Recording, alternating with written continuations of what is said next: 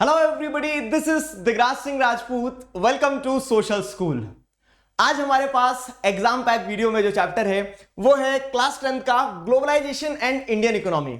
Economics से आपके दो चैप्टर आना है एग्जाम में। एक चैप्टर जो था मनी एंड क्रेडिट, जिसे हम कंप्लीट कर चुके हैं। दूसरा चैप्टर जो है आपका वो है globalisation and the Indian economy. तो आइए आज इस वीडियो में हम ग्लोबलाइजेशन एंड इंडियन इकोनॉमी के एग्जाम पैक को, जिसमें आपको सारे इंपॉर्टेंट क्वेश्चंस बताता हूं, कैसे लिखना है वो बताता हूं, एक स्नैप रिकैप हो जाता है, एक वार्म अप हो जाता है। तो कुल मिला के ये एक पूरा का पूरा एग्जाम पैक है। इस एग्जाम पैक में हम globalisation and the Indian economy chapter को कंप्लीट करते हैं। देखो, कुछ मेरी एक्सपेक्टेशंस है आपसे। क्या है एक्सपेक्टेशंस? पहली है कि आपको पता है कि कहां कैसे क्या चीजें चल रही है। मैंने आपको कंप्लीट चैप्टर एक्सप्लेन कर दिया है। मैंने आपको मतलब आपके डाउट सॉल्व पैरेलल करते चल रहा हूं, और ये साथ ही साथ क्या मिल रहा है आपको, इंपॉर्टेंट क्वेश्चंस मिलते चल रहे हैं। ये खत्म नहीं हुआ है, ठीक है, अभी और भी बहुत कुछ है। बाकी हम ये एनालाइज कर सकते हैं इन सारी चीजों को देखने के बाद में कि एक बेसिक प्रिपरेशन बोलते हैं ना, कि सभी एक लेवल पर आके खड़े हो गए हैं यहां पे, ठीक है, सभी एक लेवल पर यहां पर आकर खड़े हो गए हैं। अब इसके आगे हमें क्या करना है, और चीजों को कंसोलिडेट करना है, ठीक है, सभी को इसके आगे और चीजों को कंसोलिडेट करना है। तो वो हम सब्सिक्वेंटली देखेंगे, पढ़ेंगे। बाकी अगर हम यहां देखें तो अब यहां क्या कहानी है कि ये जो एग्जाम पैक वाला वीडियो है, तो इसमें मैंने आपको बताया है कि हम डिस्क्रिप्टिव क्वेश्चंस की प्रैक्टिस करते चलते हैं, ठीक है। प्रीवियस वीडियोस में आपके बहुत सारे चैप्टर्स कंप्लीट हो चुके हैं। अब ग्लोबलाइजेशन और कुछ और चैप्टर एक दो और बचे हैं, तो इन्हें हम कंप्लीट करते हैं सब्सिक्वेंट वीडियोस में। यहां पे अगर आप जैसे देखेंगे तो एग्जाम पैटर्न आपको पता ही है। क्या है एग्जाम पैटर्न आपका? कि डिस्क्रिप्टिव एग्जाम में आपका टर्म 2 में section A B C D E इस तरह से आना है। मैप वर्क इकोनॉमिक्स से नहीं आएगा, ठीक है। अब very short answer, long answer, ये तीनों ही क्या करेंगे हम इस वीडियो में डिस्कस कर लेंगे। केस बेस्ड के लिए घबराना नहीं है। कुछ बच्चों के कमेंट्स आए थे, मेल्स आए थे कि सर केस बेस्ड का क्या करना है, तो केस बेस्ड को रखो संभाल के, उन्हें भी समझेंगे हम। फाइन। तो इस तरह से क्या है, ये सारे एस्पेक्ट जो, इन सारे एस्पेक्ट्स को अच्छे से कैलकुलेटिव वे में समझते चलना, पढ़ते चलना और आगे बढ़ते चलना। क्लियर हुआ? तो अब यहां पे section A B C D, A B C जो है, तीनों के कंटेक्स्ट में हम क्वेश्चंस को देखेंगे। उसके पहले इंपॉर्टेंट चीज क्या है? उसके पहले इंपॉर्टेंट चीज ये है कि ये जो आप एग्जाम पैक देखते हैं, इसके जो सारे नोट्स रहते हैं, ठीक है, ये पीडीएफ के फॉर्म में आप क्या कर सकते हो, डाउनलोड कर सकते हो। कहां से? तो आप टेलीग्राम चैनल से कनेक्ट हो जाना, आपको सारे अपडेट्स मिलते रहेंगे। साथ ही साथ क्या, ये सारे नोट्स वगैरह डाउनलोड कर सकते हो आप अनअकैडमी ऐप से। फाइन, अनअकैडमी ऐप डाउनलोड कीजिए तो एग्जाम पैक हो गया, चैप्टर एक्सप्लेनेशन हो गया, इन सारे नोट्स को आप वहां से डाउनलोड कर लेना। साथ ही साथ जैसे डाउट सॉल्विंग होती है तो वो स्पेशल क्लास में होती है, जो कि एब्सोल्युटली फ्री होती है। तो वो डाउट सॉल्विंग के लिए, इंपॉर्टेंट ओपन हाउस सेशंस के लिए, और उसके अलावा फिर जैसे कह सकते हैं बहुत सारे स्कॉलरशिप टेस्ट होते हैं, लाइव क्विज होती है, पोल्स होते हैं। इन सभी चीजों में पार्टिसिपेट करने के लिए आप क्या कर सकते हो, अनअकैडमी ऐप को डाउनलोड कर सकते हो, सारे फीचर्स को एक्सप्लोर कर सकते हो using the code DIGRAJ Digraj for free. Fine. अब देखो, तो अब यहां पे वार्म अप हो जाए जरा एक बार, ठीक है। As we are doing in all the chapters, ये आपका वार्म अप सेशन है। मतलब कि यहां पे थोड़ा सा चैप्टर को एक बार हम देख लेते हैं ऊपर ऊपर कि क्या है चैप्टर में। तो वो कुछ क्वेश्चंस मैं आपसे पूछूंगा, अब हम जुड़े हैं मन से, ठीक है, तो आपको आपके मन में उस सवाल का जवाब देना होगा, ठीक है।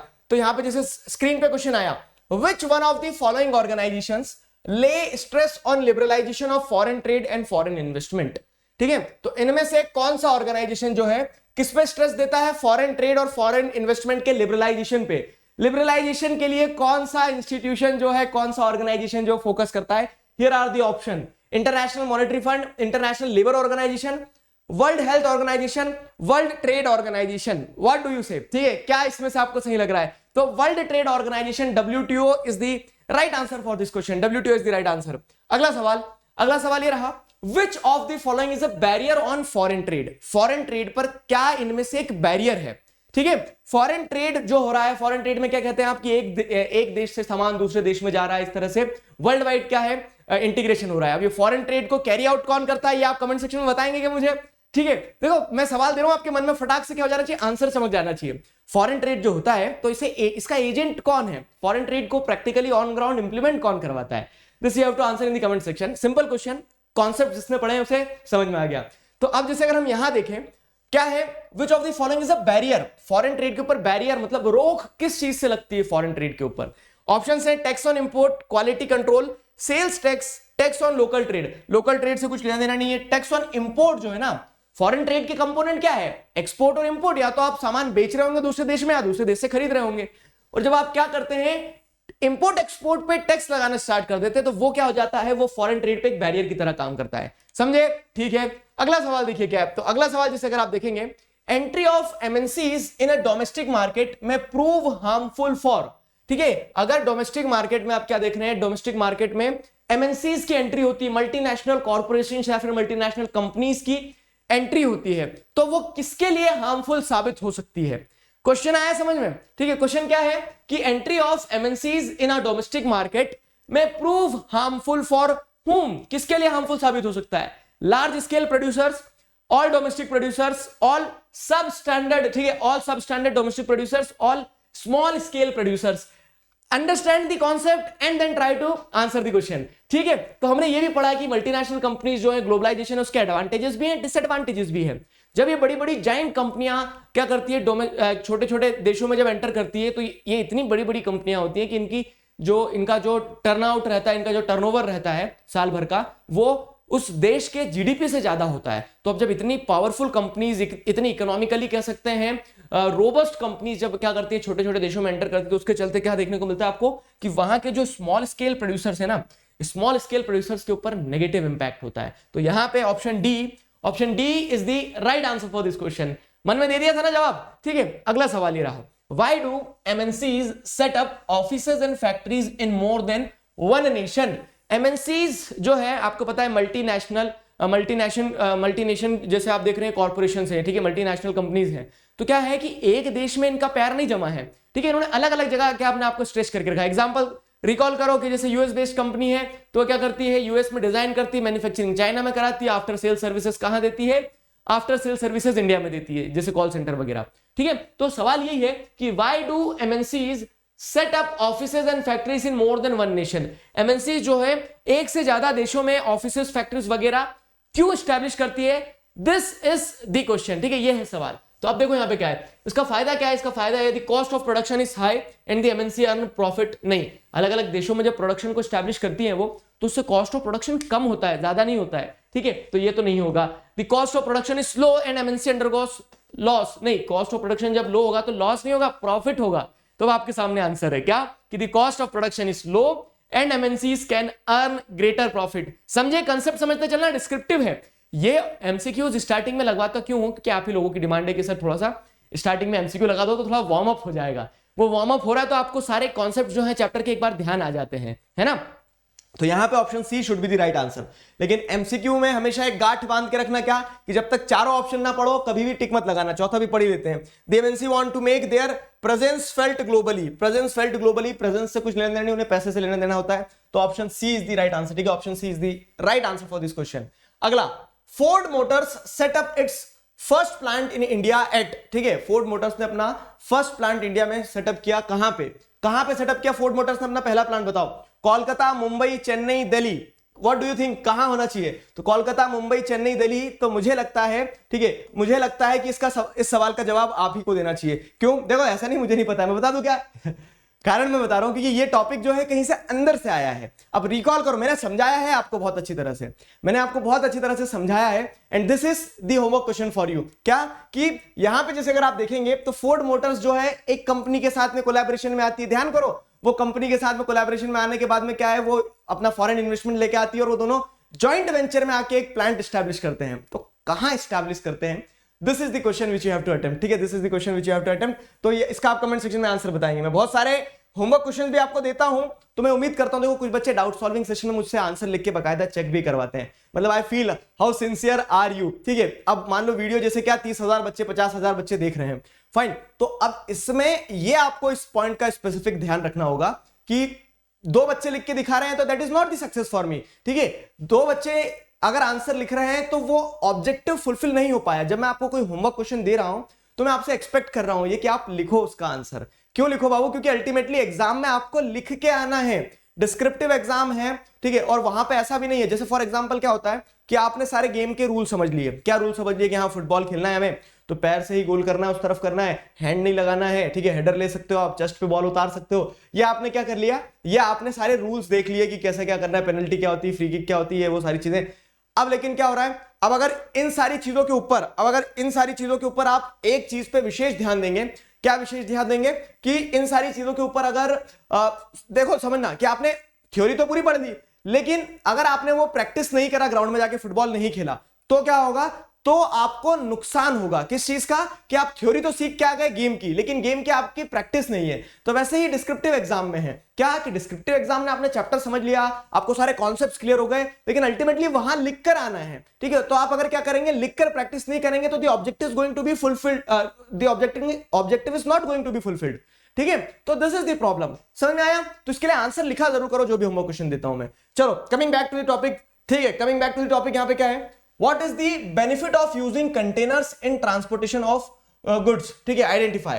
अब यहां पे क्या है कि आपने देखा कि टेक्नोलॉजिकल डेवलपमेंट हुआ, उस टेक्नोलॉजिकल डेवलपमेंट में एक चीज ये है कि कंटेनर्स का इस्तेमाल किया जाने लगा ट्रांसपोर्टेशन में। तो उसके बेनिफिट क्या है, ये कुछ सवाल पूछा है। Reduction in delays, reduction in damage goods, reduction in port handling cost, all of the above. क्या लगता है, व्हाट डू यू थिंक, क्या आंसर होना चाहिए यहां पे, ठीक है। तो देखो आंसर आप मन में दे लो सबसे पहले, फिर मैं आंसर बताऊंगा। तो यहां पे तीनों ही जो है ना, ये बेनिफिट्स मिलते हैं किस चीज के, ये बेनिफिट्स हैं of using container in transportation of goods. तो all of the above, option D is the right answer, option D is the right answer for this question.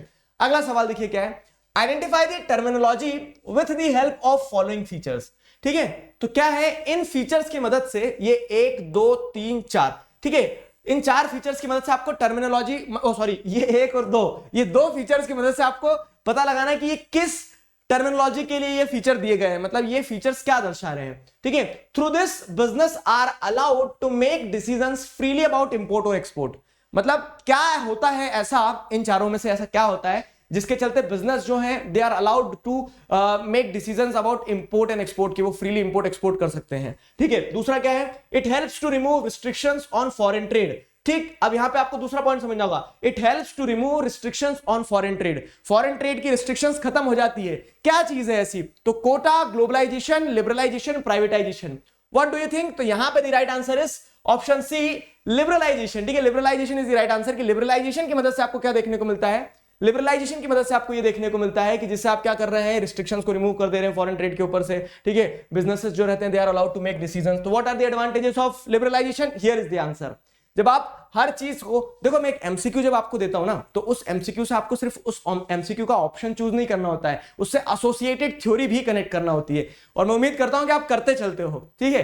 अगला सवाल एक और देखो, बताओ इसका आंसर क्या हो सकता है। With the growing competition most employers these days prefer to employ workers dash, ठीक है। अब क्योंकि ग्लोबलाइजेशन है, मल्टीनेशनल कंपनीज मार्केट में उतरी हुई है, तो कंपटीशन बहुत टफ है, ठीक है, कट थ्रॉट कंपटीशन है। इस कट थ्रॉट कंपटीशन में जैसे अगर आप देखेंगे तो क्या दिया गया है कि मोस्ट एम्प्लॉयर्स, ठीक है, this day prefer to employ workers, ठीक है, flexibly, selectively, rationally, none of this. क्या लगता है आपको कि वर्कर्स किस तरह से एम्प्लॉय करना चाहते हैं, मतलब जो एम्प्लॉयर्स हैं वो किस तरह से वर्कर्स को हायर करना चाहते हैं। तो एम्प्लॉयर्स जो है वो flexibly, selectively, rationally, none of these. कैसे, फ्लेक्सिबली वो हायर करना चाहते हैं, ठीक है। Flexibly, option A is the right answer, flexibly, ठीक है। ताकि क्या हो, ताकि वो अपनी कॉस्ट को रिड्यूस कर सके।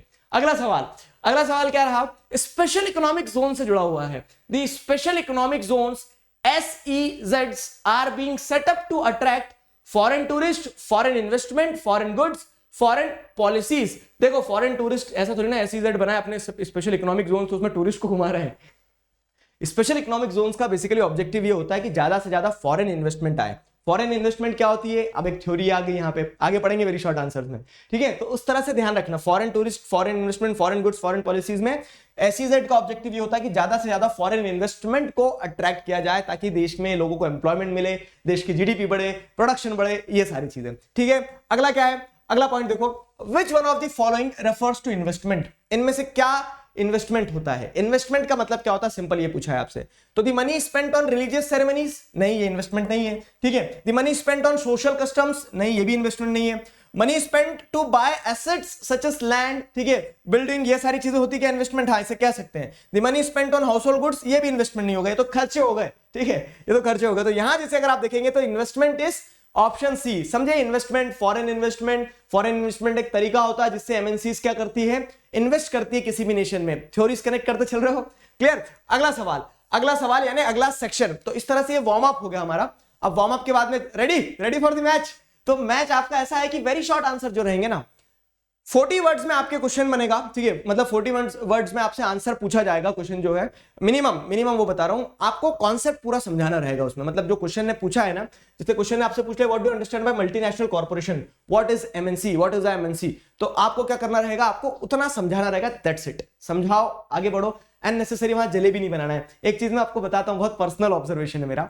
क्या होता है ना, जब बच्चे को सीधी चीजें पता नहीं होती है, जैसे एमएनसी पूछा, उसे ये नहीं पता, उसे पता बस कंपनियां होती हैं कुछ, तो multinational company is a company, ठीक है, it is a company which is doing production in a company. तो इस तरह से क्या होता है, फिर आप जलेबी बनाते हो, आजू बाजू क्या करने लगते हो, क्वेश्चंस को घुमाने लगते हो। This is not the right approach, ठीक है, this is not the right approach. आपको यहाँ क्या ध्यान रखना होता है बाबू, यहाँ आपको विशेषकर इस चीज का ध्यान रखना होता है कि आप क्या करें, जब भी आंसर लिखे ना तो प्रिसाइज रखें, टू दी पॉइंट रखें। आपसे कोई ये नहीं बोल रहा कि पन्ने भरो वहां पे, ठीक है, जितना कंटेंट होना चाहिए जो सेल्फ एक्सप्लेनेटरी है उतना लिख के आगे बढ़ो, थैंक यू बोलो क्वेश्चन को और आगे बढ़ो, अगला सवाल उठाओ। क्योंकि आपके पास भी पूरा कह सकते हैं कि ऐसा नहीं है कि 3 घंटे हैं या फिर मतलब 2 ही घंटे रहेंगे एग्जाम में, तो ठीक है, आपके पास भी पूरा दिन भर नहीं है कि बैठे बैठे लिखे जा रहे हैं वहां पे हम, ठीक है। तो जो टाइम है, लिमिटेड टाइम, उसमें आपको एग्जाम पहले करना है, एग्जाम पहले करने के बाद में अपने को ये इंश्योर करना है कि आपके पास प्रॉपर स्पेस बच जाए जिसमें आप टैली वगैरह कर लो, ये सारी चीजें कर लो, ठीक है। So this is the point which you have to consider. समझे मेरी बात? चलो आगे बढ़ते हैं। Very short answer type questions में यहाँ पे क्या है, मल्टीनेशनल कॉर्पोरेशन, ठीक है। तो मल्टीनेशनल कॉर्पोरेशन की अगर हम बात करें तो मल्टीनेशनल कॉर्पोरेशन क्या होती है समझो, तो ये ऐसी कंपनीज हैं which spread their production process across countries, ठीक है, which owns and manages production in different countries, ये मल्टीनेशनल कंपनीज होती है। तो MNC is a company that owns और control production in more than one country, ठीक है। एमएनसी क्या है, एक ऐसी कंपनी जो अपना प्रोडक्शन ओन करती, कंट्रोल करती है, कहां पे, मोर देन वन कंट्री में, ठीक है। MNCs set up offices and factories for production in region where they can get cheap labour and resources to minimise cost and maximise profit, that's it. आपने बहुत अच्छी तरह से एमएनसी और उनके ऑब्जेक्टिव को समझा दिया कि ये ऐसी कंपनी होती है जो ओन करती है और कंट्रोल करती है प्रोडक्शन को एक से ज्यादा देश में, ठीक है। ये अपने ऑफिसेज और फैक्ट्रीज जो है अलग अलग जगह क्यों स्टैब्लिश करती है, उसके पीछे का कारण भी बता दिया, ताकि उन्हें सस्ता लेबर मिल सके, रॉ मटेरियल मिल सके, ताकि वो अपनी कॉस्ट को मिनिमाइज कर पाए और प्रॉफिट को मैक्सिमाइज कर पाए। सिंपल मल्टीनेशनल कॉर्पोरेशंस की डेफिनेशन हो गई। अगला क्या है, फॉरेन इन्वेस्टमेंट।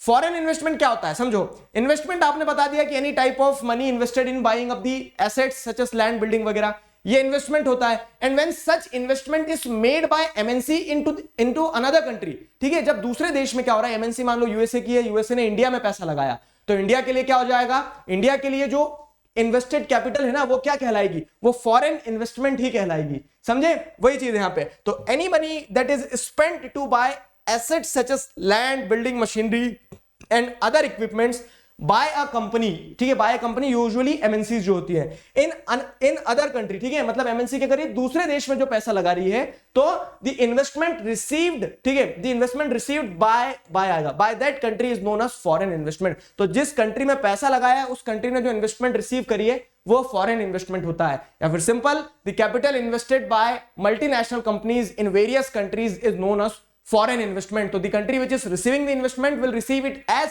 फॉरेन इन्वेस्टमेंट, समझे, वो फॉरेन इन्वेस्टमेंट कहलाती है। चलो आगे बढ़ते हैं। फॉरेन ट्रेड, फॉरेन ट्रेड से आपको क्या समझ में आता है, देखो, तो फॉरेन ट्रेड की अगर हम बात करें तो फॉरेन ट्रेड क्या है, very short answer type questions पढ़ रहे हैं हम। फॉरेन ट्रेड में बेसिकली ये बताया गया है कि उस तरह का ट्रेड जहां पे आप क्या कर रहे हैं, जहां पर आप गुड्स को एक देश से दूसरे देश पहुंचा रहे हैं, इंपोर्ट एक्सपोर्ट चल रहा है, वो फॉरेन ट्रेड होता है। तो फॉरेन ट्रेड में, foreign trade is a trade between different countries of the world, ठीक है।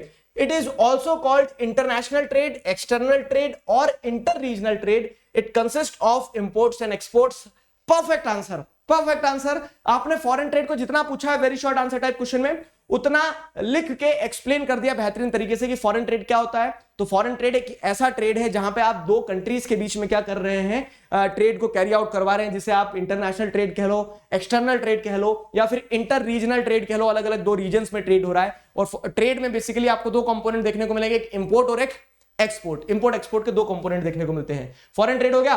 फॉरेन ट्रेड के बाद आता है ग्लोबलाइजेशन। अब ग्लोबलाइजेशन की अगर हम बात करें तो ग्लोबलाइजेशन में क्या आ जाएगा, it is the process of rapid integration और interconnection between countries by greater foreign investment and great foreign trade, ठीक है। तो क्या हो गया यहां पे, समझना अच्छे से कि ये क्या है।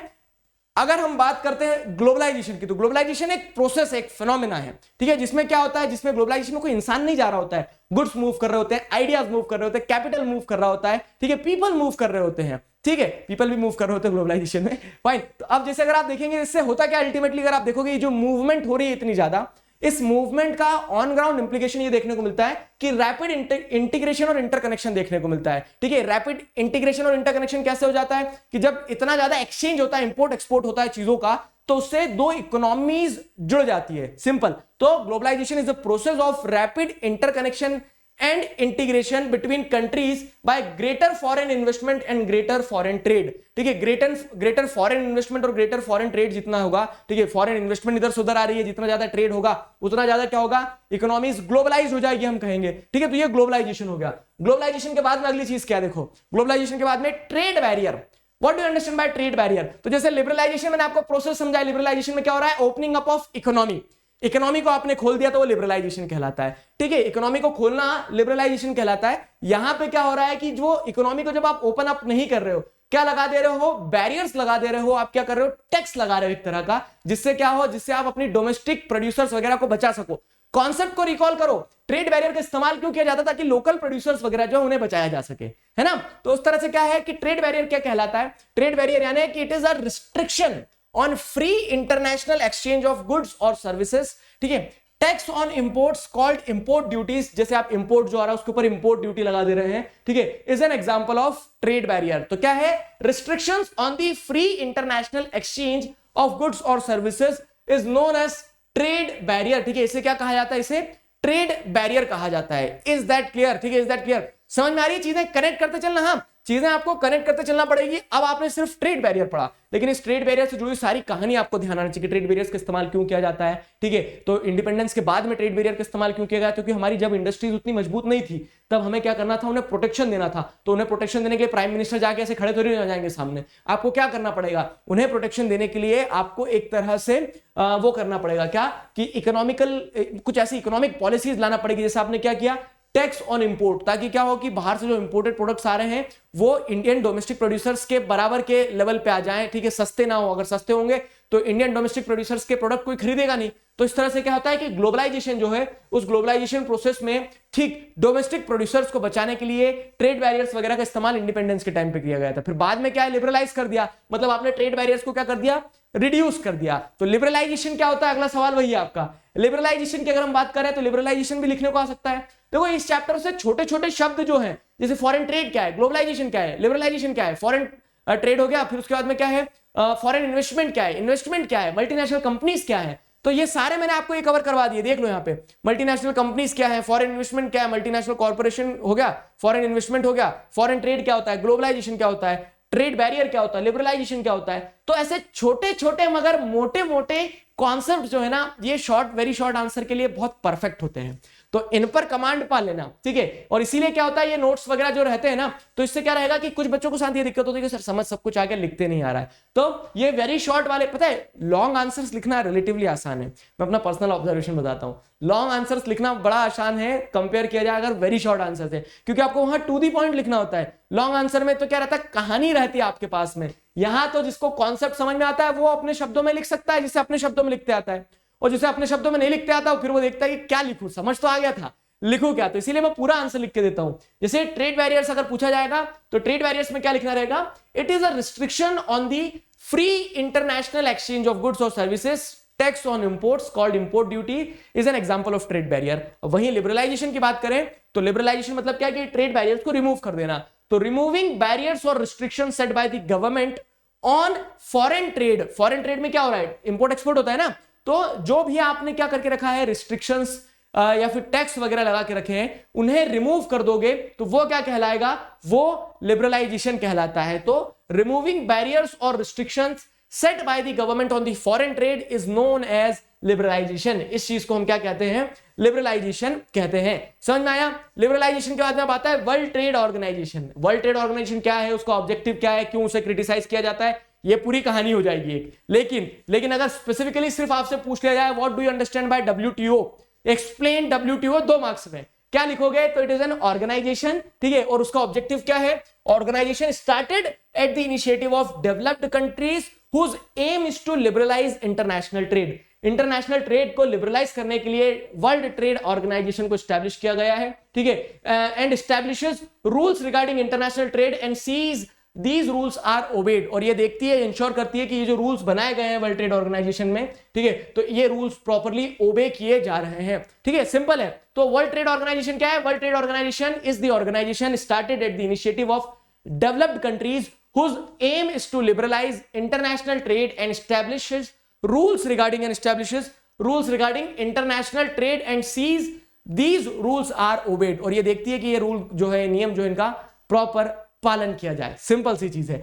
WTO हो गया। WTO के बाद देखते हैं फ्री एंड फेयर ट्रेड क्या होता है। तो देखो WTO का ऑब्जेक्टिव है क्या करे? वो लिबरलाइज करे, लेकिन क्या हो रहा है कि ट्रेड जो है ना लिबरलाइज तो हो गया, लेकिन फ्री एंड फेयर नहीं है। तो what do you understand by free and fair trade? Free और फेयर ट्रेड क्या होता है? तो फ्री और फेयर ट्रेड कब बनेगा, या फिर सिंपल ये देखो एक कॉन्सेप्ट है, लेकिन इसे वेरी शॉर्ट आंसर में पूछ लिया गया। तो फ्री एंड फेयर ट्रेड एक ऐसा ट्रेड होना चाहिए कि जहां पे सबके पास में इक्वल अपॉर्चुनिटीज होना चाहिए, कि जो ट्रेड के बेनिफिट्स हैं those are being shared equally by all, ठीक है। तो फ्री एंड फेयर ट्रेड में, फ्री एंड फेयर ट्रेड जो होते हैं, तो it is a fair globalisation. Would is form of globalisation, ठीक है, वुड इज नहीं होगा, ठीक है, फेयर ग्लोबलाइजेशन इज, ठीक, यहां पे वुड को हटा दो। तो fair globalisation is a form of globalisation which would create opportunities for all and would ensure that the benefits of globalization are shared better। समझ में आया? सिंपल टू द पॉइंट लिख दिया आपने कि फ्री एंड फेयर ग्लोबलाइजेशन क्या होता है। तो एक फेयर ग्लोबलाइजेशन, एक फ्री ग्लोबलाइजेशन ऐसा होता है जहां पे क्या देखने को मिलता है आपको कि अपॉर्चुनिटीज जो है ना वो सभी के द्वारा इक्वली शेयर की जा सके, create opportunities for all and also ensures that the benefit of globalisation are shared better, ठीक है, बेनिफिट जो है वो बेहतरीन तरह से शेयर किया जा सके। तो this is about free and fair trade, ठीक है, फ्री एंड फेयर ट्रेड हो गया। एक और जो वेरी शॉर्ट आंसर में पूछा जा सकता है इस चैप्टर से, एक जो टॉपिक बन सकता है वो स्पेशल इकोनॉमिक जोन पे पूछ सकते हैं आपसे कि what do you understand by special economic zone, ठीक है। तो स्पेशल इकोनॉमिक जोन का मतलब क्या होता है कि स्पेशली डिमार्केटेड एरियाज जहां पर आप वर्ल्ड क्लास फैसिलिटीज प्रोवाइड करते हैं, ताकि आप क्या कर सको, फॉरेन इन्वेस्टमेंट को अट्रैक्ट कर सको। सिंपल, ठीक है। तो what do you understand by SEZ? देखो again I am telling you कि ये जो मैं आपको वीडियो देता हूं एग्जाम पैक का, this is not just a video, this is a workshop, ठीक है, this is a rapid revision, this is everything, this is everything. तो मैं आपको आंसर लिखना बता देता हूं, मैं आपको रिवीजन करवा देता हूं, क्योंकि पैटर्न ऑब्जर्व किया, स्टार्टिंग से चैप्टर जहां से चालू होता है ना वहां से हमने उठाना चालू किया था कि मल्टीनेशनल कंपनीज पहले टॉपिक है, तो वो एक पूरी लय में स्पेशल इकोनॉमिक जोन वगैरह सब कुछ बता दिया मैंने आपको, ठीक है। तो वो लयबद्ध चलते हैं हम, ठीक है, वैसे क्वेश्चन आंसर में भी चलते हैं, तो वो चैप्टर का रिवीजन भी हो जाता है। और मैं जब आपके सामने क्वेश्चन लाता हूं तो मैं एक्सपेक्ट करता हूं कि आप अपने मन में आंसर भी लाएं। इतना टू वे रिलेशन होना चाहिए, वन वे रिलेशन से काम नहीं चलता है, ठीक। तो आप भी आंसर अपने मन में रिकॉल जरूर करा करो, जो मैं होमवर्क क्वेश्चन देता हूं उन्हें लिखा करो, जो यहां पे बोलता हूं कि आंसर लिख के देखो वो आंसर भी लिख के देखा करो, ठीक है। Special economic Jones, special economic zone की अगर हम बात करें तो the special economic zone is an area which is an area which the business and trade laws are different, ठीक है, in which the business and trade laws are different from the rest of the country. SEZs are located within the country's national borders to attract, एक point और लिख लो यहाँ पे, to attract, ठीक है, to attract, ये ध्यान रखना, to attract foreign investment का ही कैपिटल नहीं होगा, और ठीक है, टू अट्रैक्ट फॉरेन इन्वेस्टमेंट।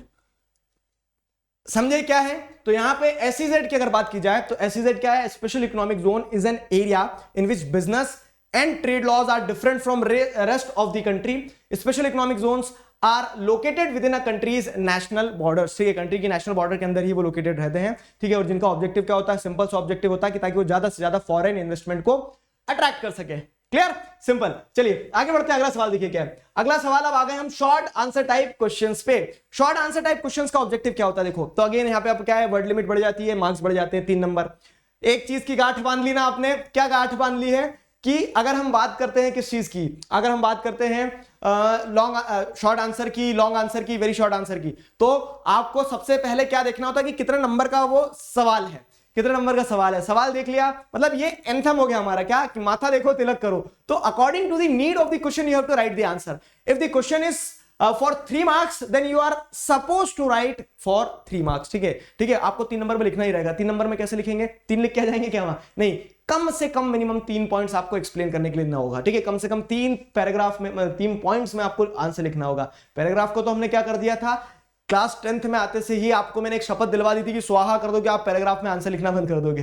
ठीक है, चलो, तो what are the various ways in which MNCs set up और control production in other countries. तो यहां जैसे अगर आप देखोगे तो दीज आर दी वेज, क्या है, बाय बाइंग लोकल कंपनीज। देखो क्वेश्चन क्या पूछ रहा है, पहले क्वेश्चन समझ लो अच्छे से। आपने ये देखा है कि मल्टीनेशनल कंपनीज जो होती है वो ग्लोबलाइजेशन का एक एजेंट की तरह काम करती है, जो क्या करती है, फॉरेन ट्रेड, एक देश से दूसरे देश में फॉरेन ट्रेड के लिए क्या करती, फॉरेन ट्रेड को फैसिलिटेट करती है। अब सवाल ये है कि जब आप कह रहे हैं multinational companies are those companies which owns and controls production in different countries, ठीक है, तो मल्टीनेशनल कंपनीज ऐसे कैसे अलग अलग कंट्रीज में प्रोडक्शन को ओन और कंट्रोल कर लेती है, तो वो घुसती कैसे अलग अलग देशों में, ठीक है, तारों के नीचे से नहीं, तो वो कैसे घुसती है, यहां पे वही पूछा गया है, what are the various ways in which MNC set up और control production in other countries. ठीक है, तो ये क्वेश्चन समझ में आया ना। एक और टिप लेते जाओ, क्या कि आंसर आ रहा है नहीं आ रहा है वो सेकेंडरी चीज है, प्राइमरी चीज ये है कि आप पहले क्वेश्चन को समझो। एक बार पढ़ो, 2 बार पढ़ो, 3 बार पढ़ो, 4 बार पढ़ो, 20 सेकंड दो, 30 सेकंड दो, 1 मिनट दो, लेकिन क्वेश्चन को बहुत अच्छे से पढ़ना।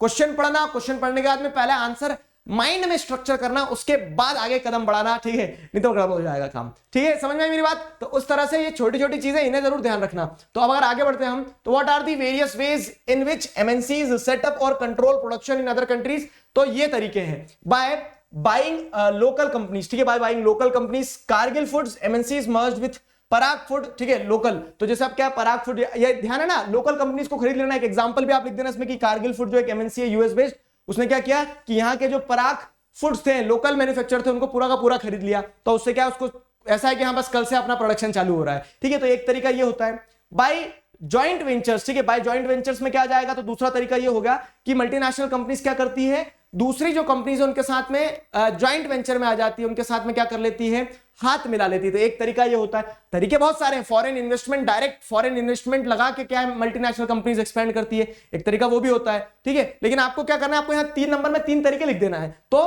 बाय जॉइंट वेंचर्स क्या हो जाएगा, एक तरीका होता है जैसे फोर्ड मोटर्स ने क्या किया, ऑटोमोबाइल प्लांट सेटअप किया कोलैबोरेशन में, किसके साथ में, महिंद्रा एंड महिंद्रा में। कहां किया, ये होमवर्क दिया मैंने आपको। ठीक है, अगली चीज क्या है, placing orders with small products नहीं है, स्मॉल प्रोड्यूसर्स। ठीक है, अपोलोजाइज, प्रोड्यूसर्स। ठीक है, स्मॉल प्रोड्यूसर्स के साथ में क्या करती हैं, वो ऑर्डर प्लेस कर देती है। अब आपको एक्सप्लेन करना होगा यहाँ पे क्या कि एट टाइम्स क्या होता है, मल्टीनेशनल कंपनीज जो रहती हैं, तो they gave order to the small producers, they set the standard and the quality which they expect, and after the product is being made, it is being branded under the name of multinational company and sold in the international market. समझ में आया। तो ये मैं आपको pointers देता हूं। देखो again, I am not going to give you the whole answer. Spoon feeding जीवन भर में आपकी नहीं करवा सकता हूं, और ना कोई करवाएगा और ना आपको करना है। अपने पैरों पे दौड़ लगाना सीखो। तो मैं आपको क्या कर सकता हूं, देखो I am just like a torch, ठीक है, आप मेरे साथ जहां तक आगे बढ़ते चलो, तो मैं आपको पूरा रास्ता नहीं दिखा सकता हूं, लेकिन आप जब तक आगे बढ़ते रहोगे ना, मैं आपको रास्ता दिखाते रहूंगा। सिंपल सी चीज है। तो वही यहां पे क्या कि आपको पॉइंटर्स बता दिए, अब आप आगे खुद बढ़ो, कैसे आंसर लिखो। फंसोगे तो फिर खड़ा हो ना, मैं I am standing like a mount Everest for you. ठीक, लेकिन यह है कि आपको आगे तो बढ़ना पड़ेगा थोड़ा खुद ही अपने पैरों पे। ठीक है, पैरों पे अपने खुद आगे बढ़ना पड़ेगा। तो वो चीज ध्यान रखना कि आपको पॉइंटर्स दे देता हूं, आंसर लिखने की जिम्मेदारी आपकी होती है, आप लिख के देखा करो प्लीज। ठीक है, समझ में आया। अब अगला सवाल देखो क्या है। अगला सवाल ये रहा, rapid improvement in technology has stimulated the globalization process. Explain the statement with examples. ठीक है, तो factors that have enabled globalization. Factors that have enabled globalization में क्या है, टेक्नोलॉजी एक फैक्टर हो गया, लिबरलाइजेशन एक फैक्टर हो गया, तो फैक्टर मल्टीपल है। ठीक है, अब सवाल यहां पे ये है कि रैपिड इंप्रूवमेंट इन टेक्नोलॉजी, तो इन्हें सिर्फ टेक्नोलॉजी में इंटरेस्ट है। सवाल को सिर्फ टेक्नोलॉजी में इंटरेस्ट है, 3 नंबर के लिए आया है, शॉर्ट आंसर टाइप क्वेश्चन है। क्या पूछ रहा है सवाल कि rapid improvement in technology has stimulated the globalisation process, explain the statement with examples. ठीक है, इस स्टेटमेंट को आपको एग्जांपल की मदद से एक्सप्लेन करना है। तो रैपिड इंप्रूवमेंट देखो, और एक चीज और बता रहा हूं, हाँ, जहां सवालों में एग्जांपल्स लिखा रहे ना, तो वहां एग्जांपल्स देना। एग्जांपल्स में शेर चीता भालू की कहानी मत लिख के आया ना। एग्जांपल्स में आपको क्या करना रहेगा, एग्जांपल्स में आपको जो लेजिटिमेट, जैसे क्या रैपिड इंप्रूवमेंट इन टेक्नोलॉजी, तो इसमें एग्जांपल क्या जाएगा आपका, वो जाएगा जैसे यूजिंग कंटेनर्स इन ट्रांसपोर्टेशन, तो उससे क्या हो गया, वो ट्रांसपोर्टेशन डिलेज, वो डैमेज होना गुड्स का, ठीक है, वो पोर्ट हैंडलिंग आसान हो जाना। तो ये क्या है, इंप्रूवमेंट इन टेक्नोलॉजी का ही एग्जांपल है, जिससे ग्लोबलाइजेशन प्रोसेस तेज हुआ है। तो स्पेसिफिक रहना एग्जांपल्स पे, शेर चीता भालू की कहानी नहीं लिखना एग्जांपल में, ठीक है। चलो आगे बढ़े। तो देखो क्या है, improvement in transportation facility which help in export and import of goods, ठीक है। Development in information and communication technology that has been most beneficial, example of using containers and magazine publication. तो अब यहाँ पे आपको पॉइंटर्स कैसा दे रहा हूं, तो टेक्नोलॉजी में सबसे बड़ा एक इंप्रूवमेंट टेक्नोलॉजी ने कैसे आपकी मदद करी, तो टेक्नोलॉजी के नाम पे जैसे अगर आप देखोगे, टेक्नोलॉजी के नाम पे क्या होता है कि ट्रांसपोर्ट फैसिलिटीज जब इंप्रूव हुई है, कंटेनर्स वगैरह का इस्तेमाल होने लगा, तो वो एक पार्ट बता दिया आपने कि कैसे rapid improvement in technology has stimulated the globalisation process. दूसरा क्या है, development in information and communication technology has been the most beneficial, ठीक है। तो अब यहां पे क्या है, development in information and communication technology has been the most beneficial, कि आईटी सेक्टर में जो ग्रोथ हुई है वो भी एक टेक्नोलॉजिकल रैपिड इंप्रूवमेंट की ही पार्ट में आएगा ना। तो उससे क्या हुआ, उससे आप देखोगे तो ग्लोबलाइजेशन प्रोसेस और तेज हो गया। जैसे वो मैगजीन पब्लिकेशन वाला एक एग्जांपल है आपकी बुक में, जिसमें बताया गया है कि कंटेंट आपको कहां से, लंदन से पहुंचा दिया जाता है, दिल्ली में प्रिंट हो जाती है, सब कुछ इंटरनेट की मदद से हो रहा है, पेमेंट भी वाया क्या हो जाता है, नेट बैंकिंग हो जाता है, और बाय एयर ट्रांसपोर्टेशन क्या है, टेक्नोलॉजिकल डेवलपमेंट है, उसको मैगजीन्स को पहुंचा दिया जाता है लंदन, ठीक है। तो इस तरह से क्या है, rapid improvement in technology has stimulated the globalisation process. Is that clear, समझ में आया पॉइंट। अगला देखो क्या है, अगला पॉइंट आपके सामने ये रहा, अगला क्वेश्चन ये रहा, Why had the Indian government put barriers to foreign trade and foreign investment after independence? ठीक है, तो इंडियन गवर्नमेंट ने बैरियर्स क्यों लगाए हैं, किस पे, फॉरेन ट्रेड और फॉरेन इन्वेस्टमेंट पे आफ्टर इंडिपेंडेंस। इंडिपेंडेंस के बाद में आपको क्या देखने को मिल रहा है, इंडिपेंडेंस के बाद में आपको देखने को मिल रहा है कि बहुत ज्यादा क्या लगे हैं, बहुत ज्यादा बैरियर्स लगाए फॉरेन ट्रेड पे, फॉरेन इन्वेस्टमेंट पे, किसके द्वारा लगाए गए हैं, इंडियन गवर्नमेंट के द्वारा। तो एनालाइज द रीजन, क्या रीजन हो सकता है इसके पीछे का। तो अब कहां पे आ जाओगे आप, लिबरलाइजेशन वाला टॉपिक जो है ना, उसके अंदर नैरो डाउन करके क्वेश्चन पूछ लिया आपसे, कि वो मैंने आपको स्टार्टिंग में हिंट भी दिया था जब ट्रेड बैरियर समझा रहा था, कि ट्रेड बैरियर्स जो है उन ट्रेड बैरियर्स का इस्तेमाल क्यों किया जाता है। तो अब सोचो, 3 नंबर में पूछ लिया, अब आप एक शब्द में तो लिख नहीं सकते हो वहां पे कि लोकल प्रोड्यूसर्स को बचाने के लिए, ठीक है। आपको 3 नंबर में कैसे लिखोगे, तो आप एक पॉइंट ये जा सकते हैं क्या, कि ये जो इंडियन गवर्नमेंट है इसने बैरियर्स का इस्तेमाल इसलिए फॉरेन ट्रेड और फॉरेन इन्वेस्टमेंट पे इंडिपेंडेंस के बाद, ताकि जो लोकल प्रोड्यूसर्स हैं they can save them from the tough competition, ठीक है। और ये हो गया। उसके बाद में क्या है, मल्टीनेशनल कंपनीज जो उनके पास में ह्यूज अमाउंट ऑफ वेल्थ है, तो local producer may not be able to compete with them, ठीक है। तो it is a type of protection for them, ठीक है। वो क्या करें, लोकल प्रोड्यूसर जो है वो क्या कर पाए, ग्रो कर पाए। तो ये सारे पॉइंट्स आपको लिखना रहेंगे यहाँ पे, to protect the domestic producer within the country from the foreign competition in the form of imports, ठीक है। ये आइडिया दे दिया, to encourage more production of goods so that more industries can be started, ठीक है। Local level पे आप क्या करोगे, प्रोटेक्शन दोगे, तभी तो लोकल इंडस्ट्रीज स्टार्ट होगी, इंडस्ट्रीज स्टार्ट होगी तभी तो गवर्नमेंट को टैक्स मिलेगा। तो इस तरह से क्या है, एंकरेज किया जाए किस चीज को, more production of goods so that more industries can be started, ठीक है। अगली चीज क्या है, Indian industries were just coming up, they were not prepared to face challenges from the foreign competition. तो दिस वाज द नीड, कि independence के time period में इंडियन इंडस्ट्रीज सिर्फ आ ही रही थी। वो मेरा फेवरेट एग्जांपल जो है हुसैन बोल्ट वाला, क्या कि आपको आज अगर हुसैन बोल्ट के साथ दौड़ा दें तो आप कभी नहीं जीत पाओगे, ठीक है। आप बोलोगे हाँ सर हम 30 साल वेट करते हैं, हुसैन बोल्ट बुजुर्ग हो जाएगा फिर दौड़ लेंगे, ठीक है। तो वो भी नहीं करना है। मतलब क्या होगा कि आप हुसैन बोल्ट का ओल्ड होने का वेट नहीं करोगे, आप अपने आप को ग्रो करवाओगे ना। कंपटीशन में बने रहने का ये थोड़ी ना तरीका होता है कि आप क्या बोलते, सामने वाले को खत्म होने दो फिर आप बोलोगे कि हाँ मेरी बारी है। सामने वाला खत्म होने की जगह और मजबूत हो गया तो बेहतर ये किसी को खत्म करने से अच्छा है ये खुद मजबूत होकर दिखाओ, ठीक है। तो देखो क्या होता है ना, लाइफ में लोगों के अलग अलग परसेप्शंस होते हैं चीजों को देखने के। कुछ का ऐसा परसेप्शन होता है कि किसी को खत्म कर दिया जाए, कुछ का परसेप्शन ऐसा होता है कि खुद ग्रो हो जाओ, ठीक है। तो किसी को खत्म करने की बात ही खत्म हो गई है, फाइन। तो you have to do your best. देखो इररिस्पेक्टिव ऑफ द फैक्ट कि कहां क्या चल रहा है क्या नहीं चल रहा है लाइफ में, किस तरह से किसका क्या हो रहा है, आपको ये देखना आप अपना बेस्ट दो, ठीक है। आप अपना बेस्ट दो, या तो आप क्या कर सकते हो, खुद अपना बेस्ट देके ग्रो कर सकते हो, या फिर बैठ के दूसरों की निंदा करते रहो, ठीक है, उनको नीचे करने की कोशिश करते रहो, ठीक है। तो दी चॉइस इज योर्स, तो गिव योर बेस्ट, ठीक है। आप अपनी प्रिपरेशन पे ध्यान दो, दैट्स इट। बाकी सब क्या चल रहा है क्या नहीं चल रहा है भाड़ में जाए, ठीक है। तो अब यहां पे अगर हम वापस आते हैं तो to protect the domestic producers within the country from the foreign competition, एक पॉइंट ये हो गया, ठीक है। ज्यादा से ज्यादा क्या इंडस्ट्रीज को एनकरेज करने के लिए ट्रेड बैरियर्स वगैरह का इस्तेमाल किया गया, और ट्रेड बैरियर्स का इस्तेमाल इसलिए भी किया गया क्योंकि फॉरेन कंट्रीज जो हैं उनमें जो कंपनीज थी उनसे डायरेक्ट चैलेंज में नहीं उतर सकती थी Indian companies, because they were just coming up, ठीक है। बर्डिंग इंडस्ट्रीज थी एक तरह से, वो इन्फेंट इंडस्ट्रीज थी। क्लियर हुआ। अगला सवाल देखो, अगला सवाल क्या है, उसी पार्ट से है। Barriers on foreign trade and foreign investment were removed to a large extent in India since 1991. Justify the statement. अब देखो जज्बात पलट गए 2 मिनट में। इधर आपको बड़ाई करना थी फॉरेन ट्रेड क्यों लगा है, और इधर आपको बताना है कि फॉरेन ट्रेड हटाए क्यों गए, यहां पे लिबरलाइजेशन की बड़ाई करना है। ठीक है, तो आपको तो क्या करना है, माथा देखना है, तिलक करना है। जैसे सवाल की डिमांड होगी उस हिसाब से आपको रिस्पॉन्ड करना होगा। तो अब यहां पे क्या आया, barriers on foreign trade and foreign investment were removed to a large extent in India since 1991। Justify the statement, कैसे ये बैरियर्स को रिमूव किया गया, ये आप जस्टिफाई करके दिखाओ। तो ये आप कैसे जस्टिफाई करोगे, ये आप ऐसे जस्टिफाई करोगे। देखो, तो the government of India liberalised it's policy and felt that Indian producers must compete with producers around the world. ठीक है, तो क्या किया यहां पे गवर्नमेंट ऑफ इंडिया जो है, तो उसने अपनी इकोनॉमी मतलब कह सकते हैं ट्रेड बैरियर्स को रिमूव कर दिया। फॉरेन इन्वेस्टमेंट वगैरह के ऊपर जो बैरियर्स लगाए जाते थे उन्हें रिमूव क्यों किया गया, क्योंकि गवर्नमेंट ऑफ इंडिया ने लिबरलाइजेशन पॉलिसी को अडॉप्ट किया और उसे ये लगा कि प्रोड्यूसर्स जो है इंडिया में, अब उन्हें क्या करना चाहिए, अराउंड दी वर्ल्ड जो प्रोड्यूसर्स उनसे कंपीट करना चाहिए। मतलब सर धक्का दिया कंपटीशन में, धकाना जरूरी था। कभी कभी क्या होता है ना, जैसे आपको पता है कि पानी ज्यादा गहरा नहीं है, लेकिन आप इसमें डर लग रहा है कि पता नहीं उतर पाऊंगा कि नहीं उतर पाऊंगा मैं, तो फिर क्या होना पड़ता है, आपके टीचर्स को आपके पीछे से धक्का देना पड़ता है ना। At times you are required to just give the push. ठीक है, एक बहुत अच्छी कहानी है, कौन सी वाली, एक वो वाली कि एक इंसान था। ठीक है, एक इंसान था, उसे ये डाउट था कि वो तैर पाएगा कि नहीं तैर पाएगा। ठीक है, वो तैर पाएगा नहीं तैर पाएगा, ये एक डाउट था उसे। तो मतलब तेज तैर पाएगा कि नहीं, कंपटीशन में जीतने लायक तैर पाएगा कि नहीं तैर पाएगा।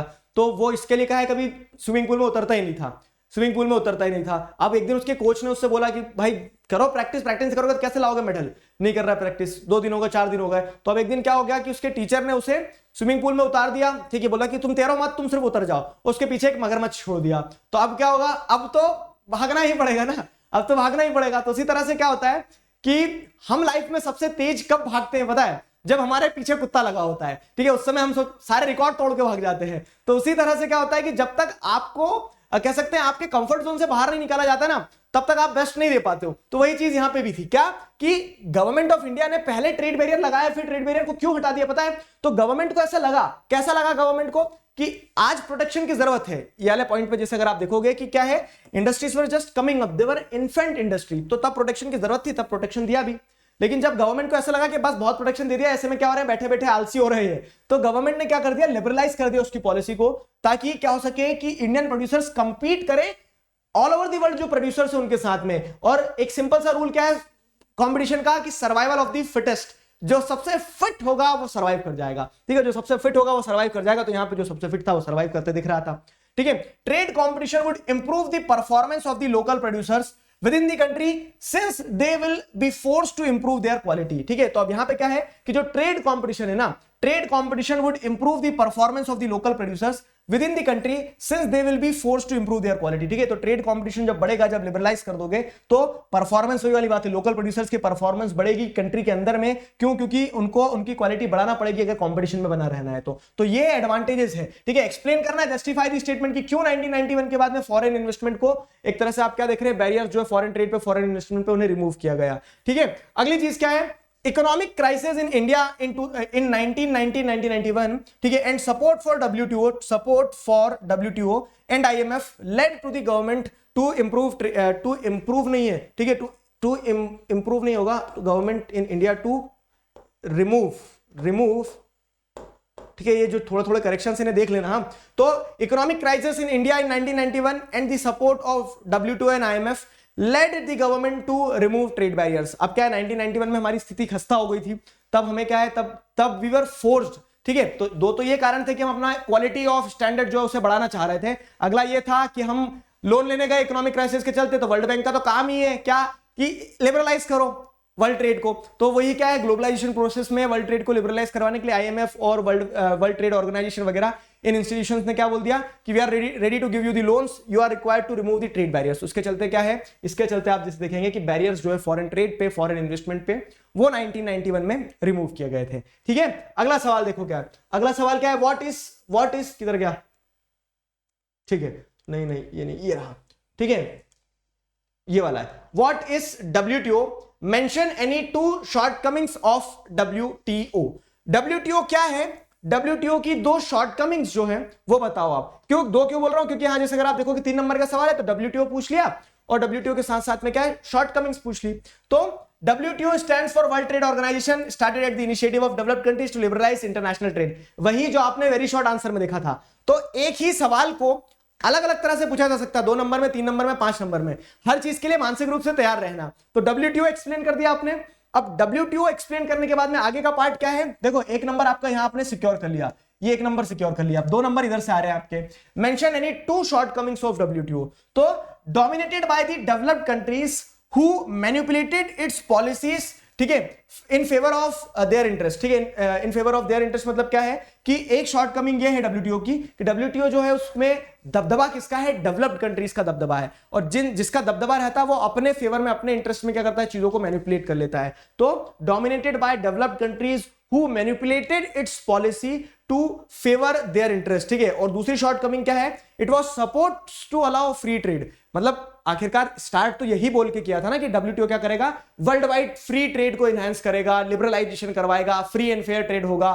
ठीक है, तो it was supposed to allow free trade, but the developed countries have unfairly retained trade barriers, whereas it forced the developing countries to remove the trade barriers। तो एक शॉर्टकमिंग ये है कि ये क्या है, दोगला है। ठीक है, कैसे दोगला है WTO, तो WTO दोगला ऐसे है कि वो डेवलप्ड कंट्रीज के लिए तो क्या है, फ्री ट्रेड करवा दे रहा है, लेकिन मतलब जब फ्री ट्रेड की बात आ रही है, रिमूविंग ऑफ ट्रेड बैरियर्स की बात आ रही है ना, तो डेवलपिंग कंट्री से तो सब बोल रहा है कि नहीं ट्रेड फ्री करो भैया, आप रिस्ट्रिक्शंस हटा दो, लेकिन डेवलप्ड कंट्रीज जो है, तो developed countries have unfairly retained their trade barrier. तो वो डिबेट ऑन ट्रेड प्रैक्टिस वाला जो ना सब्सिडी देते हैं एग्रीकल्चर क्राइसिस वाली, अगर यही सिर्फ 5 नंबर में पूछ लिया जाए कि what are the shortcomings of WTO, तो आप फिर वो पूरा का पूरा एग्रीकल्चर प्रैक्टिसेस वाला डिबेट लिख सकते हो। समझ में आ रहा है? चलो, तो होमवर्क क्वेश्चन आपको मैं यहां पे यही दे रहा हूं, क्या कि अगला क्वेश्चन वो तो नहीं है, अरे है वही है। ठीक है, आज लगभग मैंने सारे क्वेश्चन डाल ही दिए हैं। ठीक है, आप लिखना, लेकिन ये जो क्वेश्चन दे रहा हूं इन्हें लिखने की कोशिश करना।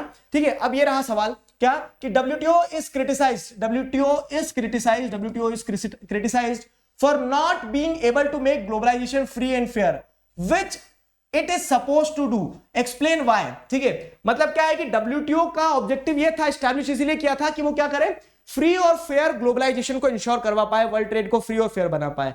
ठीक है, लेकिन वो ये कर नहीं पा रही है, which it is suppose to do. ठीक है, व्हाई इट इज सो, ठीक है, ऐसा क्यों नहीं कर पा रहा WTO, तो क्यों नहीं कर पा रहा, it is found that developed countries have unfairly implemented some rules.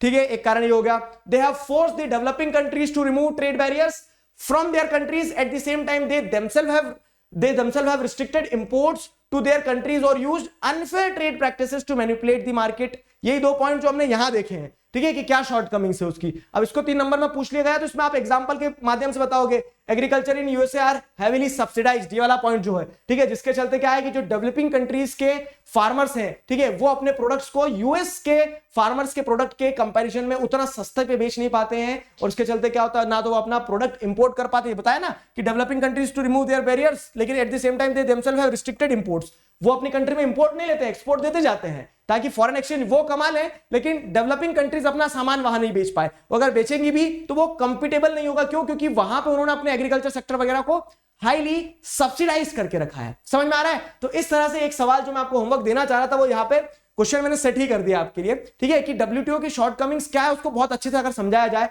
क्यों वो फ्री और फेयर ट्रेड, मतलब क्यों उसे दोगला कहा जाता है, वो पॉइंट क्लियर हो गया। ठीक है, वो पॉइंट क्लियर हो गया। अगला देखो क्या है, SEZ पे क्वेश्चन बना, What do you understand by special economic zones? ठीक है, SEZ की अगर बात की जाए तो special economic zones have been created to attract foreign investment by the government.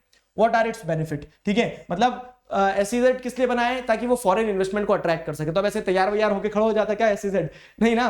तो SEZ फॉरेन इन्वेस्टमेंट को कैसे अट्रैक्ट करता है, उसके बेनिफिट्स क्या है, ये मतलब ये नहीं पूछा कैसे अट्रैक्ट करता है, तो सिंपल क्वेश्चन इतना ही है कि what are the benefits of SEZ, special economic zone जो है, स्पेशल इकोनॉमिक जोन के बेनिफिट्स क्या है, this is being asked in this question. ठीक है, तो special economic zones have world class facilities like electricity, water, roads, transport, storage, recreational and educational facilities. ठीक है, एजुकेशनल फैसिलिटीज, तो ये एक पार्ट हो गया। ठीक है, SEZ क्या है, SEZ स्पेशल इकोनॉमिक जोन्स, मतलब बेनिफिट्स ये है कि वहां पे आपको वर्ल्ड क्लास फैसिलिटीज मिलेंगी, जैसे electricity, water, road, transport, storage, recreational, educational facilities, ये सारी चीजें मिल रही है। Companies who set up production units in SEZs do not have to pay taxes for an initial period of 5 years। ठीक है, ये एक एडवांटेज हो जाता है क्या कि एसईजेड के अंदर, स्पेशल इकोनॉमिक जोन के अंदर जिन कंपनीज को स्टैब्लिश किया जाता है उन कंपनीज का आप क्या देखेंगे कि उन्हें 5 साल तक कोई टैक्स नहीं देना पड़ रहा है। ये एक बेनिफिट हो गया, इसीलिए अट्रैक्ट होती कंपनीज कि चलो स्पेशल इकोनॉमिक जोन में ही अपना हम क्या करते हैं, कंपनी को सेटअप करते हैं ताकि हमें थोड़ा सा टैक्स बेनिफिट मिल जाए। ठीक है, फिर क्या है, government has also allowed flexibility in the labour laws to attract foreign investment. Flexibility in labour laws मतलब क्या है कि आप इजीली लोगों को हायर एंड फायर कर सको, ताकि कंपनीज क्या है, लोगों मतलब क्या होता है ना, जैसे सरकारी नौकरी और प्राइवेट नौकरी में क्या डिफरेंस है, आदमी ये सोचता है सरकारी नौकरी आराम की नौकरी, अपने कोई निकालेगा नहीं। ठीक है, तो वो क्या अपनी एफिशिएंसी को डाउन कर लेता है, लेकिन ऐसा कहां नहीं होता, ऐसा प्राइवेट फॉर्म्स में नहीं होता। जब तक आप अपना बेस्ट दोगे तब तक आप रहोगे वहां, जिस दिन अपना बेस्ट नहीं दोगे तो क्या है, they can fire you. Fine, तो हायरिंग फायरिंग बहुत इजी चलती है, तो वो फ्लेक्सिबल लेबर लॉस देती है स्पेशल इकोनॉमिक जोन में गवर्नमेंट कंपनीज को, ताकि कंपनीज अट्रैक्टेड रहे उस चीज के लिए कि हाँ यार यहां पे हमको क्या है, वो लेबर लॉस के झंझट नहीं रहेंगे कि आप किसी को हायर नहीं कर सकते हो, किसी को फायर नहीं कर सकते हो, ऐसा। ठीक है, तो उस तरह से क्या देख रहे हो आप, स्पेशल इकोनॉमिक जोन्स जो है उसके ये सारे बेनिफिट्स होते हैं, ये सारे बेनिफिट्स होते हैं स्पेशल इकोनॉमिक जोन्स के। समझ गए? आगे बढ़ते हैं, अगला सवाल देखो क्या है। अगला सवाल ये रहा, among the small producers and the workers the impact of globalization has not been uniform, explain। अब क्या हो गया, अब आपसे एक स्पेसिफिकली ये पूछा है कि इंपैक्ट ऑफ ग्लोबलाइजेशन जो है तो वो पॉजिटिव भी है। पॉजिटिव क्या क्या है, चलो तो ये सवाल आपसे यहां आई गया। ठीक है, सवाल ये आई गया आपके लिए, क्वेश्चन ये रहा कि पॉजिटिव अगर पूछा जाता आपसे, क्वेश्चन ये रहा। ठीक है, क्या रहा कि व्हाट आर, ठीक है, व्हाट आर दी पॉजिटिव, ठीक है, what are the positive impacts, ठीक है, what are the positive impacts of globalisation, what are the positive impact of globalisation on, ठीक है, on what are the positive impact of globalisation, हाँ simple. ठीक है, explain. अब ये आपको क्या है, इन जनरल, ना मैंने प्रोड्यूसर पूछा है ना मैंने कंज्यूमर पूछा है, इन जनरल पूछा तो 3 नंबर में आप लिख दोगे। ठीक है, 3 मार्क्स का है ये क्वेश्चन, 3 मार्क्स का है ये क्वेश्चन, आपको इसका आंसर लिखना है कि पॉजिटिव इंपैक्ट क्या है ग्लोबलाइजेशन का, दिस इज द क्वेश्चन। ठीक है, अब हम वापस अगर यहां आते हैं तो यहां ये जो सवाल है हमारा शॉर्ट आंसर टाइप क्वेश्चन, ये किस चीज पे है, ये पूछा जा रहा है आपसे कि among the small producers and the workers the impact of globalisation has not been uniform. ठीक है, स्मॉल प्रोड्यूसर्स और वर्कर्स पे ग्लोबलाइजेशन का इंपैक्ट जो है यूनिफॉर्म नहीं है। सवाल यह है कि क्यों, ऐसा क्यों है कि स्मॉल प्रोड्यूसर्स और वर्कर्स जो है तो उनके ऊपर ग्लोबलाइजेशन का इंपैक्ट यूनिफॉर्म नहीं है। तो उसके पीछे का कारण यहां लिखेंगे आप कि small producers will not be able to compete in competition and he will perish. ठीक है, तो ये एक पॉइंट हो गया आपका। इसमें आप क्या बताएंगे, इसमें वो रवि वाला कहानी पूरी बता सकते हैं कि नेगेटिव इंपैक्ट क्या है ग्लोबलाइजेशन का स्मॉल प्रोड्यूसर्स और वर्कर्स पे। तो स्मॉल प्रोड्यूसर्स जो है, जैसे जो कैपेसिटर वगैरह सप्लाई करते, तो एग्जांपल दिया ना बॉक्स में, वहां से आपका ये पॉइंट बन सकता है एक अच्छा कि small producers will not be able to compete with the multinational giant companies, ठीक है, एंड दे विल पेरिश। ठीक है, और ग्लोबलाइजेशन का अगर वर्कर्स के ऊपर देखें तो वहां पे यूनिफॉर्म कैसे नहीं बेनिफिट्स, तो ग्लोबलाइजेशन क्रिएट्स कंपटीशन। क्यों? क्योंकि globalisation is all about cost cutting, कौन कितने कम पैसे में कितना बेहतरीन प्रोडक्ट दे सकता है। तो अब इसका अल्टीमेट जो बर्डन रहता है वो वर्कर्स के ऊपर आता है। कैसे? तो globalisation create competition and which creates uncertainties for the workers. ठीक है, और इसके चलते क्या, वर्कर्स जो है दे फेस अनसर्टेनिटी। तो ऐसे क्या होगा कि वर्कर्स जब अनसर्टेनिटी को फेस करेंगे तो वर्कर्स जो रहेंगे, अनसर्टेनिटी कैसे है कि उनकी जॉब सिक्योर नहीं रहेगी। ठीक है, उनको घर से दूर काम करने जाना पड़ेगा। तो सुशीला का जो एग्जांपल था वो वाला। तो यहां पे आप क्या करना, 3 नंबर में सवाल पूछा कि कैसे, ठीक है, कैसे स्मॉल प्रोड्यूसर्स और वर्कर्स जो है तो उनके ऊपर ग्लोबलाइजेशन का इंपैक्ट जो है नॉट यूनिफॉर्म है। तो आप बता सकते हैं कि small producers will not be in a position to compete with multinational giants. Workers जो है तो in the competition they will face uncertainty of employment. ठीक है, अनसर्टेन एम्प्लॉयमेंट हो गया, रिडक्शन इन वेजेस हो गया। ठीक है, working conditions will not be in their favour, the burden of cost reduction will shift on them. तो ये सारे पॉइंट्स करके आप क्या कर सकते हो, दोनों पॉइंट्स को एक्सप्लेन कर सकते हो। एग्जांपल आपके पास रवि और सुशीला का है, जो दोनों कहानियां हमने पढ़ी है। वो कैपेसिटर सप्लायर और सुशीला जो है तो गारमेंट फैक्ट्री में जो काम करती थी, लेकिन वो गारमेंट फैक्ट्रीज जब बंद हो गई है कंपटीशन के चलते, तो अब दूसरी जगह काम करने जाएगी और दूसरी जगह ग्लोबलाइजेशन के चलते उसको उतना बेनिफिट्स नहीं मिलेगा। ठीक है, तो ये आपने क्या कर दिया, इस क्वेश्चन का आंसर लिख दिया। अगला सवाल क्या है, लॉन्ग आंसर टाइप क्वेश्चंस। देखो चैप्टर पूरा यहां से वहां तक हम खींच लाए हैं। ठीक है, यहां से वहां तक खींच लाए। अब आप ऐसे सोच रहे होंगे बीच बीच में टॉपिक गायब हो गया क्या, कि ग्लोबलाइजेशन को फेयर कैसे बनाया जाए, तो वो हम लॉन्ग आंसर्स में डिस्कस कर लेंगे। ठीक है, वो हम लॉन्ग आंसर्स में, क्योंकि वहां से लॉन्ग आंसर टाइप क्वेश्चन बन के आने की पॉसिबिलिटी होती है। ठीक है, आ जाओ लॉन्ग आंसर टाइप क्वेश्चंस की अगर बात करें तो सबसे पहला सवाल ये आपके सामने, what is investment, name the companies which make foreign investment, write two benefits which a local company expects from joint production with a multinational company. 3 part में है क्वेश्चन, ठीक है। व्हाट इज इन्वेस्टमेंट, ये 1 नंबर हो गया आपका, ठीक है। Name the companies which make foreign investment, ठीक है, विच मेक फॉरेन इन्वेस्टमेंट, ठीक है। नेम एनी 2 बेनिफिट्स, यहां 2 बेनिफिट्स आ रहा है तो आप इसको मतलब 2 मार्क्स में ले लो, चलो ठीक है, इसको 1 मार्क्स में ले लो, ठीक है, और इसको क्या कर लो 2 मार्क्स में लो, तो ऐसे स्प्लिट कर सकते हो। मैंने आपको क्या बताया, जब भी ऐसे बड़े क्वेश्चन आए तो उसको स्प्लिट करो कि किधर से कितना पूछा जा सकता है। तो व्हाट इज इन्वेस्टमेंट, तो इन्वेस्टमेंट क्या होता है, the money that is spent to buy assets such as land, building, machine and other equipments is called investment, and when this investment is done by multinational companies it is known as foreign investment. Fine, ये आपने investment वाला पहला part समझा दिया। अब आगे बढ़ोगे तो क्या है, companies which make foreign investment, तो कौन कौन सी कंपनीज करती है, most of the time MNCs he foreign investment करेगी, ठीक है। वो आपके देश की कंपनी बाहर जाके इन्वेस्ट करके एमएनसी बन सकती है, और कोई बाहर की कंपनी आपके देश में इन्वेस्ट करके एमएनसी बन सकती है, ठीक है। तो MNCs such as Ford Motors, Nike, ठीक है, नाइकी, कोको कोला हो गया, पेप्सी हो गया, होंडा हो गया, नोकिया हो गया, तो these all companies are MNCs. एक क्वेश्चन बताऊं, चलो अब एक क्वेश्चन आपको देता हूं बताना कि नेम सम कंपनीज, ठीक है, name some Indian companies which became a multinational company which became a multinational company in the process of globalization। एक दो नाम बताना मुझे आप कमेंट सेक्शन में, एक होमवर्क ये भी दिया मैंने आपको, ठीक है, शॉर्ट है, सिंपल, इसमें नाम ही बताना है आपको। ये हो गया, तो आपने इतना पार्ट डील कर लिया फर्स्ट पार्ट। अब राइट टू बेनिफिट्स, ठीक है, which a local company expects from joint production, ठीक है। ऐसे क्या 2 बेनिफिट्स हैं जो लोकल कंपनी को मिल जाएंगे जब वो जॉइंटली प्रोड्यूस करेगी, किसके साथ में, जब वो जॉइंटली प्रोड्यूस करेगी मल्टीनेशनल कंपनी के साथ में। क्या बेनिफिट मिलेंगे लोकल कंपनीज को, तो देखो लोकल कंपनीज जो है, तो लोकल कंपनीज को मल्टीनेशनल कंपनीज क्या करेंगी, to provide money for additional investment, ठीक है। तो लोकल कंपनीज को क्या मिल जाएगा, पैसा मिल जाएगा, क्यों, क्योंकि मल्टीनेशनल कंपनी के पास क्या है, जेब भर के पैसा है, ठीक है। तो to provide money for additional investment like buying new machines for faster production, ठीक है, to bring with them the latest technology for production, ठीक है, लेटेस्ट टेक्नोलॉजी अपने साथ लेके आ सकती है वो, ठीक। तो ये क्या रहेगा, लेटेस्ट टेक्नोलॉजी जो लोकल कंपनी ने कभी देखी नहीं होगी, सपने में नहीं देखी होगी, वैसी इन्वेस्टमेंट, वैसी टेक्नोलॉजी किसको मिल जाएगी, उन लोकल कंपनीज को मल्टीनेशनल कंपनीज के थ्रू मिल जाएगी। तो ये बेनिफिट्स है, ठीक है, दीज आर द बेनिफिट्स, ये बेनिफिट्स मिल जाएंगे। अगला देखो क्या है, एग्जामिन एनी, ठीक है, examine any 5 conditions which should be taken care of by multinational companies to set up their production units, ठीक है। तो examine any 5 conditions which should be taken care by multinational companies to set up their production units।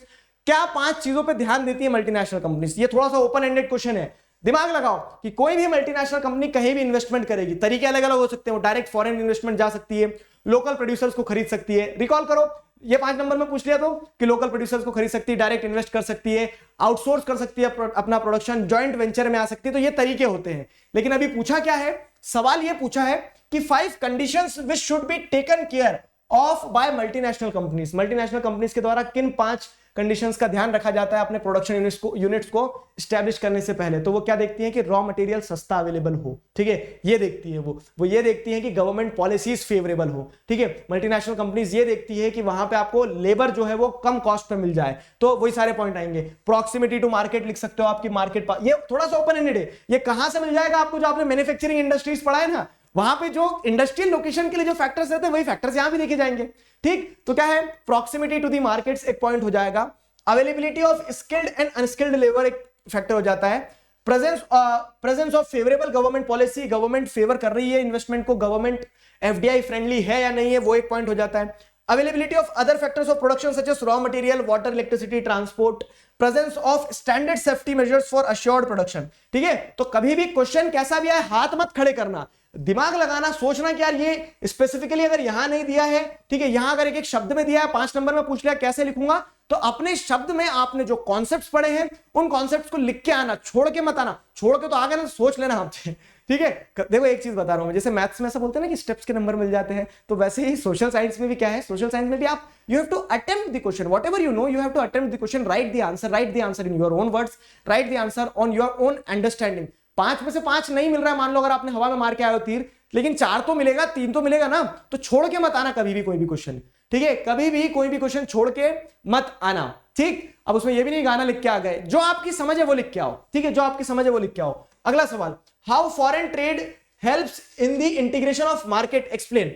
Foreign trade जो है, foreign trade is responsible for the integration of market, समझ में आता है इतना? ठीक है, तो integration of market, interlinking of production across countries वाला जो पार्ट है, जैसा आपका वहां पे देखेंगे क्या है कि धीरे धीरे क्या होता है कि फॉरेन ट्रेड जो होता है वो मार्केट्स को इंटीग्रेट करता है। फॉरेन ट्रेड मार्केट्स को कैसे इंटीग्रेट करता है कि आप एक सामान से दूसरा मतलब एक मार्केट से दूसरे मार्केट में सामान को पहुंचा रहे हैं, तो ये प्रोसेस ग्लोबलाइजेशन। और ग्लोबलाइजेशन प्रोसेस का एजेंट कौन है? Foreign trade.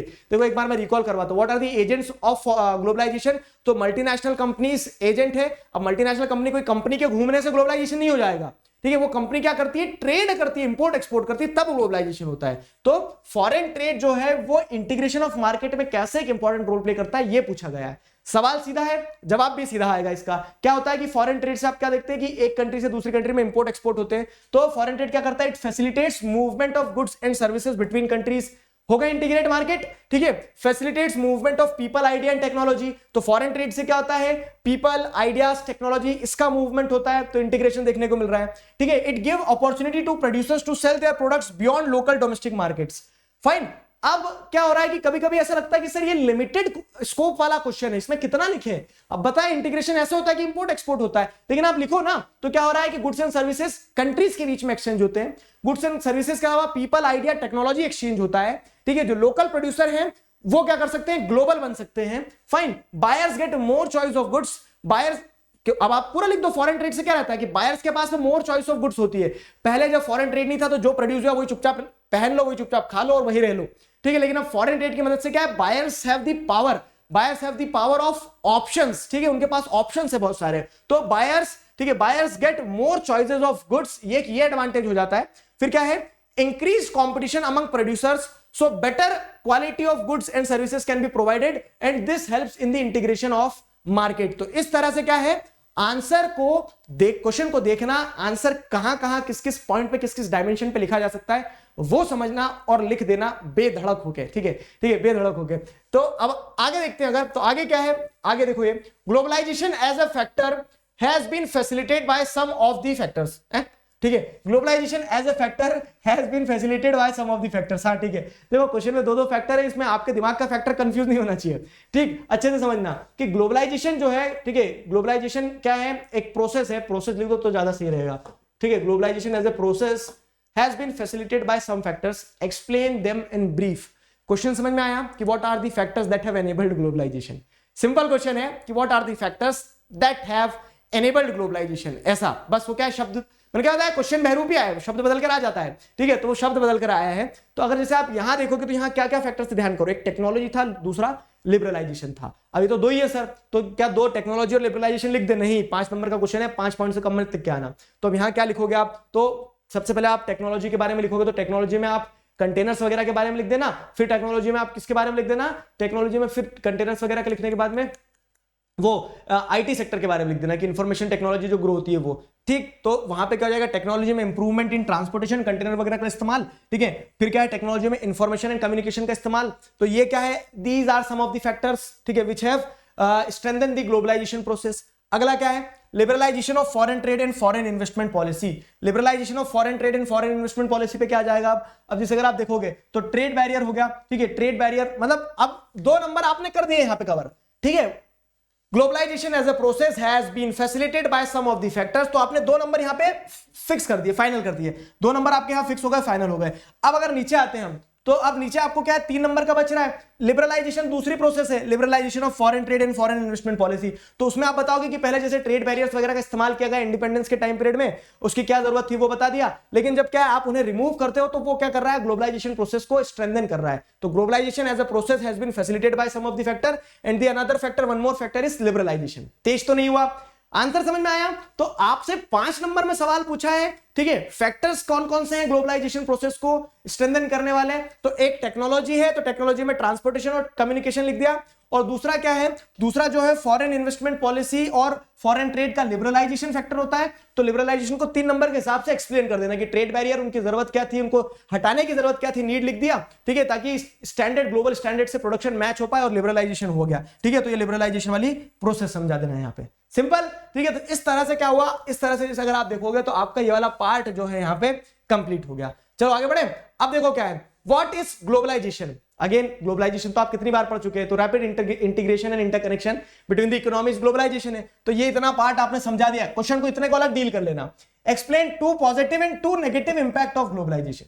ठीक है, 2 पॉजिटिव 2 नेगेटिव पूछ लिए हैं। नेगेटिव आपने बहुत सारे अभी डिस्कस कर लिए पीछे, तो स्मॉल प्रोड्यूसर्स और वर्कर्स क्या हो जाएंगे, बहुत कुछ फेस कर लेंगे। ठीक है, तो यहां पे नेगेटिव में क्या जाएगा, what is globalization, explain 2 positive and 2 negative factors. तो यहां पे पॉजिटिव में ध्यान रखना, पॉजिटिव में क्या, पहले ग्लोबलाइजेशन समझा दो 1 नंबर, ठीक है, 2 positive 2 number, 2 negative 2 number, split करा।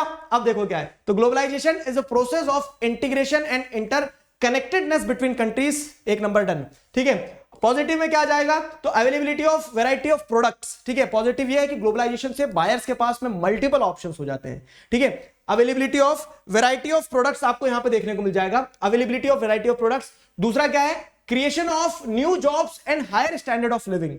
ठीक है, creation of new jobs, higher standard of living. अब देखो इसमें पॉजिटिव में आपको कुछ और लिखना है कि local companies get benefit in the form of capital and technology, तो वो भी चल जाएगा। ठीक है, options are available to you, आपको लेकिन 2 पॉजिटिव लिखना रहेंगे। और 2 नेगेटिव की बात जब आएगी तो वही वाला कि क्या है, वर्कर जो है अनएडुकेटेड एंड अनस्किल्ड लेबरर जो है, तो they have become jobless due to closure of domestic units. Small industries जैसे toy, tyre, plastic, dairy products, ठीक है, capacitors are affected due to foreign competition. ठीक है, तो ये स्मॉल इंडस्ट्रीज जो है they are being affected by the competition. ठीक है, तो ये पूरी कहानी आपने क्या करी, क्वेश्चन की जो नीड थी 1 + 2 + 2, उस तरह से 1 + 2 + 2 में एक्सप्लेन कर दी। ठीक है, चलिए, how can government of India play a major role to make globalization more fair.